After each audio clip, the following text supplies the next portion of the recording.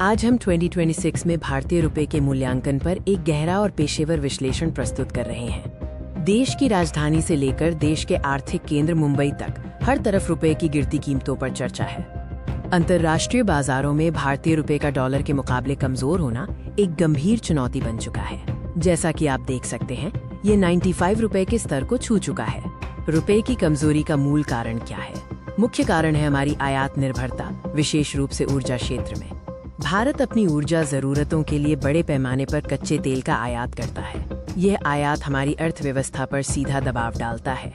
वैश्विक बाजार में कच्चे तेल की कीमतों में अस्थिरता और वृद्धि डॉलर की मांग को बढ़ा देती है, जिससे रुपए पर और दबाव पड़ता है। सीधा समीकरण है, जब तेल महंगा होता है तो हमें अधिक डॉलर खर्च करने पड़ते हैं और हमारा रुपया कमजोर हो जाता है।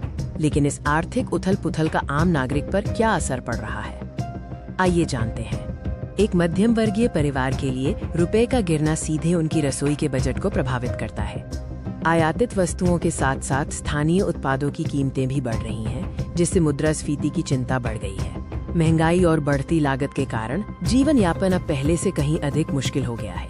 परिवार खर्चों को लेकर चिंतित हैं।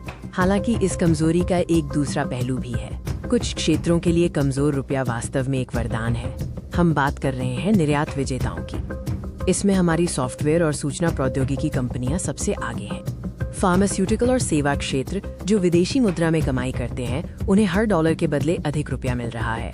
कमजोर रुपया निर्यातकों के लिए भारतीय सामानों और सेवाओं को वैश्विक बाजार में सस्ता बनाता है, जिससे उनका मुनाफा बढ़ता है। इस चुनौतीपूर्ण समय में एक स्थिर हाथ की आवश्यकता है, और वो है भारतीय रिजर्व बैंक। भारतीय रिजर्व बैंक हमारी अर्थव्यवस्था का संरक्षक, रुपए को स्थिर करने के लिए लगातार प्रयास कर रहा है। ब्याज दरों में वृद्धि और विदेशी मुद्रा भंडार के उपयोग जैसे नीतिगत उपाय अपनाकर आरबीआई बाजार में विश्वास बनाए रखने की कोशिश कर रहा है।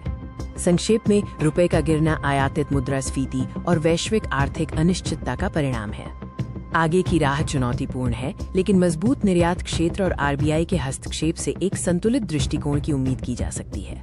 हमारे साथ जुड़ने के लिए धन्यवाद।